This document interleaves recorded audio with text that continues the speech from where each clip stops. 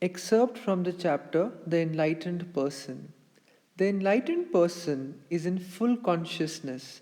He is awake even while sleeping. When the whole world sleeps at night, the enlightened person is awake. Only his body sleeps. He himself is awake. The enlightened person dies in the state of enlightenment and is born in the state of enlightenment.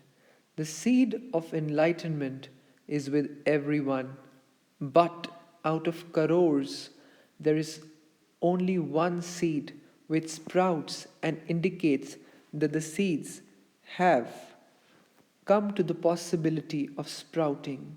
When your ego evaporates, then there is a possibility of attaining the state of enlightenment. If you are enlightened, then astrology cannot work upon you because you have risen above all these things. The enlightened person lives in his own freedom. The enlightened person knows when, why, and how to use the mind because he is beyond the body and mind.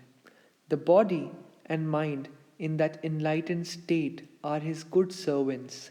He can take them wherever and whenever he wants. The grace of God is always showering upon the enlightened person. He has full control over his mind. He doesn't have to take orders from his mind.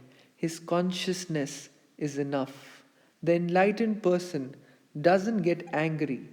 If he gets angry on someone, he's fully aware of it. The enlightened person doesn't have sexual urges.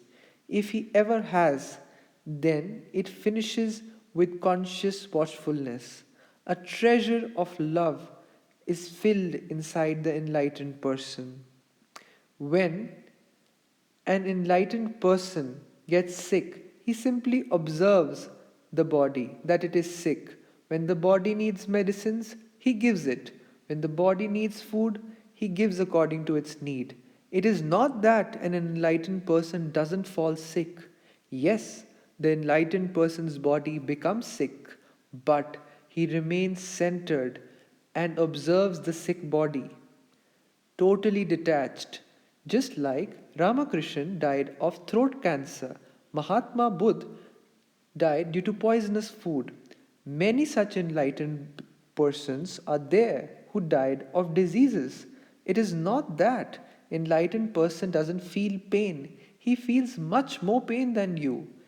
It's just that he doesn't get involved with the disease. He simply becomes a witness to the pain.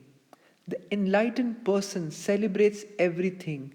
He has not only celebrated life, but he also celebrates sickness and death. He is happy lying in his bed and keeps watching himself. His love keeps emanating from all over his body. Every pore of his body keeps welcoming death and celebrating life. He accepts death with lot of love. He listens to music, poetry. The enlightened person is like a fountain of love. If anybody wants to drink his spiritual nectar, then he can sit with the enlightened person and drink it because before leaving his body, the enlightened person releases all his energy from his body, and whoever sits with him, his energy starts flowing towards him automatically.